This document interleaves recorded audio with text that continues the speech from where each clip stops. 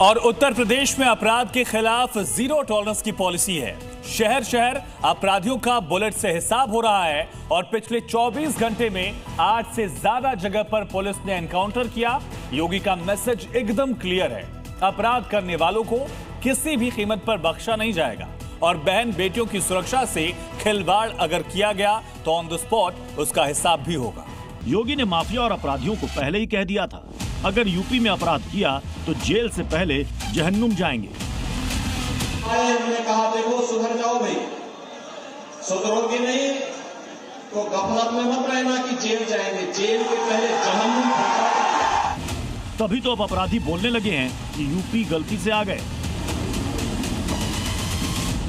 संलिप्त एक अपराधी बाहर से आया था और संभवतः मारीच की तरह घुसा था, लेकिन जब यहाँ की पुलिस की गोली ने उसकी शरीर को छलनी किया तो कल वो चिल्ला रहा था कि साहब मैं गलती से उत्तर प्रदेश की सीमा में आ गया हूं।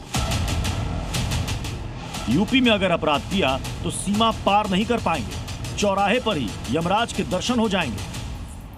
व्यापारी और बेटी की सुरक्षा में खतरा पैदा करोगे तो दूसरे चौराहे पे यमराज इंतजार कर रहा होगा।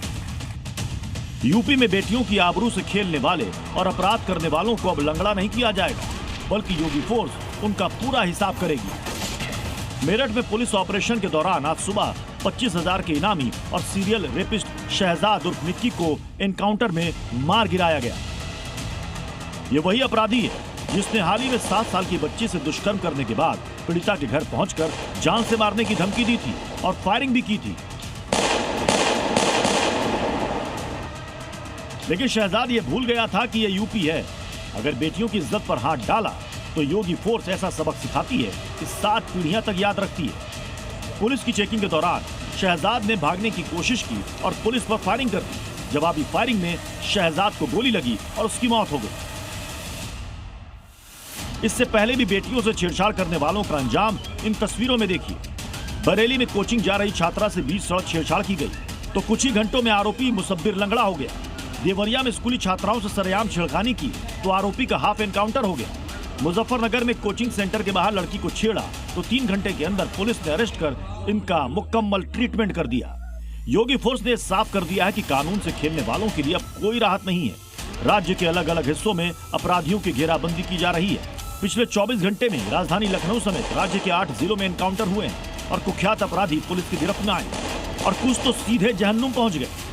लखनऊ में एक कैब चालक की हत्या कर लूट करने वाला गुरुसेवक को मुठभेड़ में ढेर कर दिया गया है। गुरुसेवक पर 1 लाख का इनाम घोषित था।